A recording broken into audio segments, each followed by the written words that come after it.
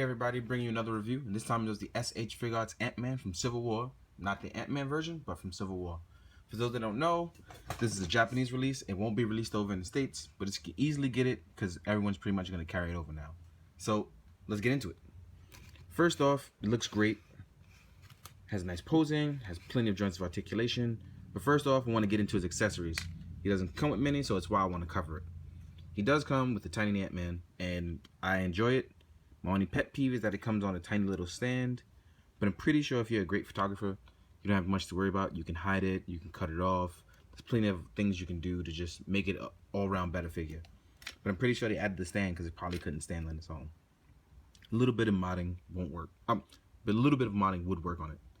Next up, we have Ant-Man's tiny hands. I'm joking, they're not tiny, but he does come with open palms and they're really nice. I enjoyed them. You know, you could do Birdman hands, you could do a bunch of stuff. And what's really cool about it is, of what he lacks in accessories, he definitely makes up in his overall look and articulation. It's something you've come to expect most of the time from Bandai and SHF line. So the shoulder pads float up and it rotates on the joint so it doesn't hinder. There's bicep swivel, there's rotation of the wrist, it's double jointed. And what's really cool is that they also gave it a front forward butterfly joint. So it comes out. Mine's is a little gummy, so it sticks back in, but you can actually float it back out to get the best pose that you want. So that's really cool.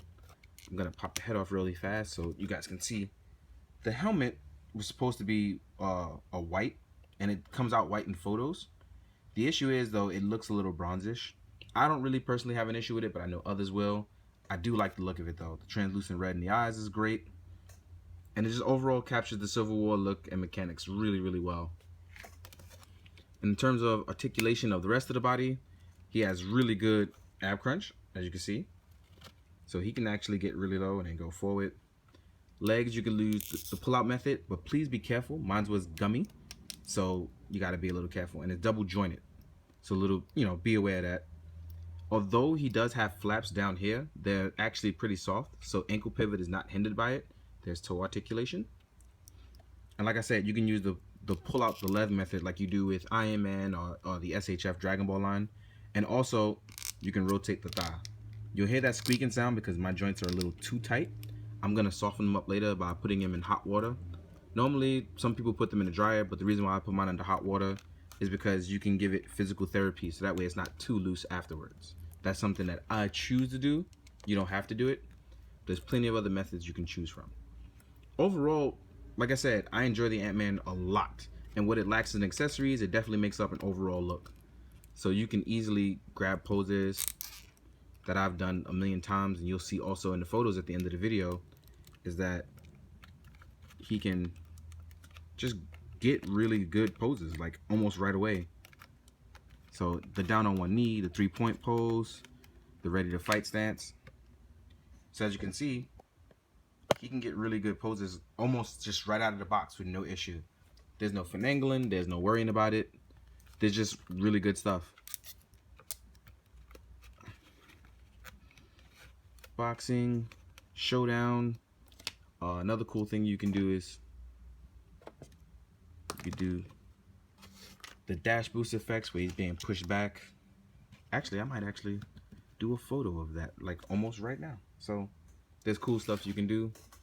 Also, just because I know people want to know, we're going to do a quick size comparison. So I show it off to people.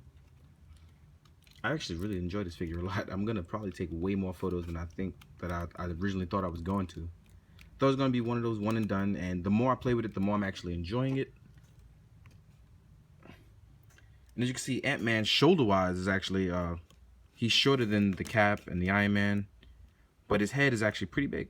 And that's because he wears a giant helmet. So, size comparison wise, he's actually really good in terms of size. He fits in with Marvel Legends, he fits in with FHF, he fits in with Build-A-Figure stuff. So no matter what the line, the Ant-Man is actually a really good 1/12 scale figure in general. So everyone should keep that in mind. If you don't already and you didn't pre-order it, I advise you do. I enjoy the Ant-Man. I know tons of people were turned off by the lack of accessories, but a good figure is a good figure. So if you're really enjoying the Captain America Civil War movie, this is probably a figure you're going to absolutely need in your collection, especially for the next Avenger movie or anything else of that matter. So in the meantime, like, subscribe, comment. I appreciate you all. Thank you so much. Good or bad, thanks for sticking around. Appreciate it, guys. Later.